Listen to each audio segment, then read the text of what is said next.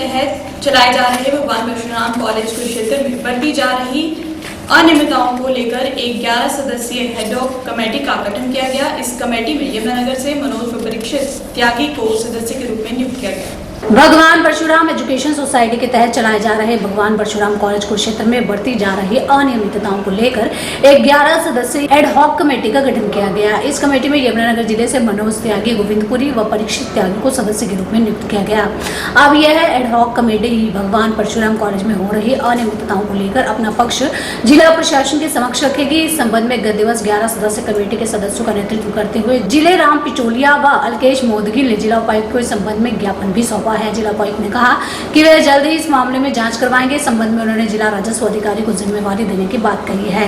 कुरुक्षेत्र से यमुनानगर लौटने के बाद एडहॉक कमेटी के सदस्य मनोज त्यागी व परीक्षित त्यागी ने बताया कि जिला उपायुक्त ने उनके मांग को गंभीरता से लिया और कार्यवाही का आश्वासन दिया। उनका कहना था कि अगले सप्ताह एक बार फिर वो इस संबंध में जिला उपायुक्त से मिलेंगे और उनसे यह जानना चाहेंगे कि इस दिशा में क्या कार्यवाही की गई। गौरतलब है कि भगवान परशुराम कॉलेज कुरुक्षेत्र में लंबे समय से अनियमितताएं बढ़ती जा रही है। जिन सदस्यों के यहाँ पर वोट बनाए गए थे उन सदस्यों के भी वोट एक योजना के तहत खत्म कर दिए गए हैं। हालांकि यह सभी सदस्य प्रबंधन समिति के आजीवन सदस्य थे और इनके वोट खत्म नहीं किए जा सकते थे। जिलाधिकारी से मिलकर कॉलेज प्रबंधन समिति ने अब केवल 330 वोट ही रखे हैं और इन्हीं के आधार पर चुनाव करवाने की बात कही जा रही है, जो कि सरासर गलत है। इस संबंध में हाई कोर्ट ने भी 1666 सदस्यों के वोट को संवैधानिक मान्यता दी है और इन्हीं सदस्यों के वोट के आधार पर 2008 में चुनाव हुआ था और यह कमेटी 2011 तक चली थी।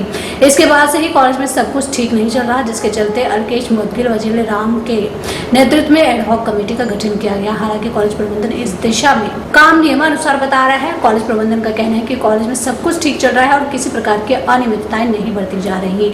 अब यह तो जिला उपायुक्त द्वारा की गई जांच के बाद ही पता चलेगा कि कॉलेज में किसी प्रकार की धांधली हो रही है या फिर सब कुछ ठीक चल रहा है। मनोज व परीक्षित ने बताया कि इस संबंध में उन्होंने जिला उपायुक्त को एक मांग पत्र सौंप दिया है। देखना यह है कि कब तक इस पर कार्यवाही होती है। इस मामले में मुख्यमंत्री को भी एक मांग पत्र अलग से सौंपा गया है। इस मौके पर ब्राह्मण धर्मशाला कुरुक्षेत्र के अध्यक्ष पवन पहलवान, उत्सव शर्मा, जसवंत राज पुरोहित, वासुदेव शर्मा, प्रमोद कौशिक, सुरेश गौड़, गणेश दत्त, सुभाष शर्मा, प्रिया कौशिक, सतीश शर्मा, यशपाल शर्मा, नरेश शर्मा, नितेश सत्यपाल, प्रयागराज, देवराज व वीरेंद्र त्यागी आदि मुख्य रूप से उपस्थित थे।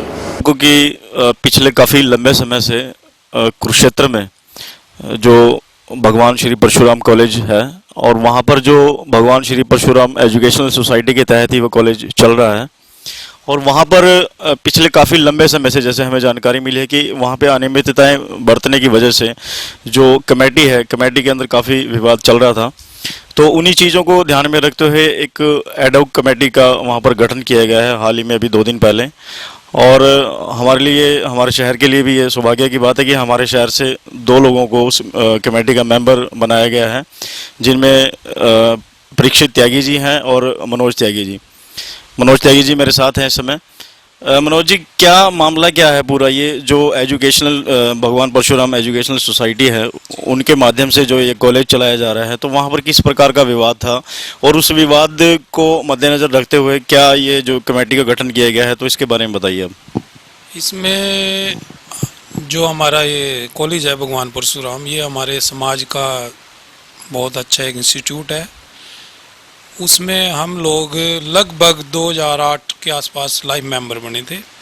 तो इसमें फिर 9 में गए, हम 11 में गए, इलेक्शन हुआ। 11 के बाद उसमें इन्होंने कहा जी, उस टाइम 7000 वोट थी, तो 7000 वोट के बाद उसमें वोट कर दी गई लगभग 3000 के आसपास। चलो उसमें लोगों ने सोचा चलो अपना समाज का वो है, उसमें क्यों झगड़ा करना। तो उसके बाद 11 के बाद फिर दोबारा जब इलेक्शन होने के बाद दोबारा राड हुई तो उसमें एडमिनिस्ट्रेटर बिठा दिया गया, भाई चलो इस झगड़े को निपटा के बाद में करेंगे। उस एडमिनिस्ट्रेटर में अपना एसडीएम साहब ने और जो हमारे प्रिंसिपल हैं इस टाइम एट प्रेजेंट वहाँ पे, उन्होंने मिल के वो वोटें 2700 कर दी। 2700 के बाद हाई कोर्ट में गए, वहाँ पे वो हाई कोर्ट ने डीसी साहब को ऑर्डर किया, डीसी साहब ने वो 1600 कर दी। 1600 के बाद अब जो दोबारा तीसरी बार वो हमारे एसडीएम साहब और जो एट प्रेजेंट प्रिंसिपल उन्होंने मिलके एक नया कानून बना के कि भाई अपनी तरफ से ना कोई कमेटी बुलाई, ना कोई जो मेंबर थे वो बुलाए, 313 वोट का अधिकार कर दिया, वोट डालने का सिर्फ। उसको लेके समाज में चर्चा हुई। उस चर्चा में फिर हमारे जिले राम शर्मा जी यहाँ पिछोलिया जी, उन्होंने एक मीटिंग भगवान अपना धर्मशाला, ब्राह्मण धर्मशाला कुरुक्षेत्र में बुलाई। उसमें यहाँ से जमुनानगर से भी हम 4-5 लोग गए, और भी लॉकडाउन की वजह से ज़्यादा आदमी नहीं, 101 आदमी वहाँ पे इकट्ठे हुए, बरादरी के मोजिस आदमी। तो उसमें ये निर्णय लिया गया कि भाई ये जो अनियमितताएं बरती हैं हमारे एडमिनिस्ट्रेटर ने, उसको कैसे ठीक किया जाए। तो उसको लेके वहाँ चर्चा हुई। तो उसमें 11 आदमियों की, भाई सारे आदमी कैसे लड़ेंगे, तो इसमें कुछ आदमी चिन्हित कर दो जो इस केस को देखें। तो उसमें एडहॉक कमेटी बनाई गई। उसमें मेरा नाम भी उन्होंने लिया, परीक्षित त्यागी जी का लिया, जिले राम जी हैं, एक दिनेश जी हैं, सुभाष जी हैं, तो एक अपना PR कौशिक हैं। इस तरह करके 6 आदमी कुरुक्षेत्र के लिए और 5-6 आदमी बाहर के लिए। तो वो फाइनल होने के बाद फिर DC साहब से टाइम लिया। मंडे को फिर हमने DC साहब को ये सारा ज्ञापन दिया कि जिसमें जब हाई कोर्ट ने ऑर्डर कर दिया कि भाई DC साहब चिन्हित करें कितनी वोट जेन्युइन है, तो उन्होंने वो 1600 वोट जेन्युइन करके उस टाइम हाई कोर्ट को बता दिया। तो जब DC ने कर दिया, हाई कोर्ट के ऑर्डर हैं, तो SDM साहब ने कैसे बदल दिया। इसको लेके हम DC साहब से मिले थे, समाज के हम जो मेंबर बनाए गए थे 11 एडहॉक कमेटी के। तो उन्होंने हमें आश्वासन दिया कि मैं DRO साहब को कहता हूँ और इसकी इंक्वायरी करवाता हूँ, उसके बाद मैं आपको बुलाऊंगा दोबारा। ये हमारी DC साहब से बात हुई है, इसको लेके हम मिले थे। तो त्यागी जी, आपको क्या लगता है कि जिस प्रकार 3000 से ये 1600 हुई, 1600 से 300 कुछ हुई, तो क्या मानते हो कि ये क्या कोई ऐसा आपको लगता है कि कोई राजनीति का हिस्सा है, या क्या मानते हैं, इसकी वजह क्या है? हम तो इसको राजनीति का ही मानते हैं। जिसका राजनीतिक वजह सब रहा, उसने अपने हिसाब से मैनिपुलेशन कर लिया। और जो लोग 2000 में या फाउंडर मेंबर थे वो भी ख़त्म कर दिए। तो 2000 में जिसने 1100 रुपये दे के लाइव मेंबर बनाया है, तो उसको उस टाइम 1100 रुपये और आज की वैल्यू लगाओ आप। और एक आदमी अपने समाज को, संस्था को ऊपर उठाने के लिए पैसे दे रहा है, तो उसमें भी अगर ये राजनीति वजर सब डाल के अपना आदमी प्रधान बना दो, फिर उसे हटा दो, ये वहाँ पे चल रहा था। उसको लेके हम हाई कोर्ट में गए हुए हैं। अखिलेश शर्मा जी हैं, मोदगिल जी, उन्होंने केस किया हुआ है और मुख्यमंत्री जी को भी लेटर दिया हुआ है। अब मंडे को शायद हम DC साहब से मिलें। सदस्य परीक्षित त्यागी जी भी मेरे साथ हैं, और जैसे मैंने अभी बताया कि जो 11 सदस्य इसमें चुने गए हैं, जिनका चयन किया गया है 11 सदस्यों का, तो उनमें से एक परीक्षित त्यागी जी भी हैं, युवा हैं, और इनके द्वारा भी अपने विचार वहाँ पर रखे गए थे DC साहब से मिलने, DC कुरुक्षेत्र से मिलने से पहले भी।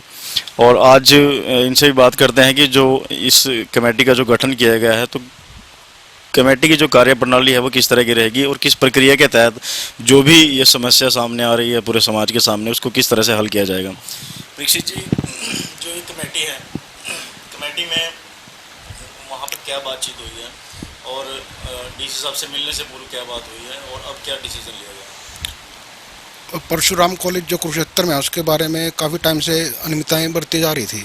तो उसके लिए मीटिंग रखी गई थी संडे को कुरुक्षेत्र ब्राह्मण धर्मशाला में। तो वहाँ पे यमुनानगर से भी, भिवानी से, गोहाने से, कई जिलों से काफ़ी लोग आए हुए थे। तो वहाँ फिर सब से चर्चा करी गई इस बारे में कि भाई यहाँ क्या करना चाहिए इसके बारे में। तो वहाँ सब ने अपने विचार रखे। तो किसी ने कहा भाई वहाँ ताला लगा दो, किसी ने कहा धरना दे दो। तो वहाँ सब के विचार सुनने के बाद ये फैसला लिया गया कि एक बार एक कमेटी बनाई जाए, उसके बाद DC साहब से मिला जाए। तब वहाँ एक 11 मेंबर की कमेटी बनाई गई। तो सोमवार अगले दिन DC साहब से मिले हम। DC साहब को सारी बातें बताई गई कि ऐसे ऐसे गड़बड़ी उसमें हो रही है जी। तो उन्होंने हमें आश्वासन दिया है कि आप हमें 2-3 दिन का टाइम दें और हम इन सब के इंक्वायरी करके आपको इसके बारे में बता देंगे और इन सब अनियमितताओं को दूर करा जाएगा।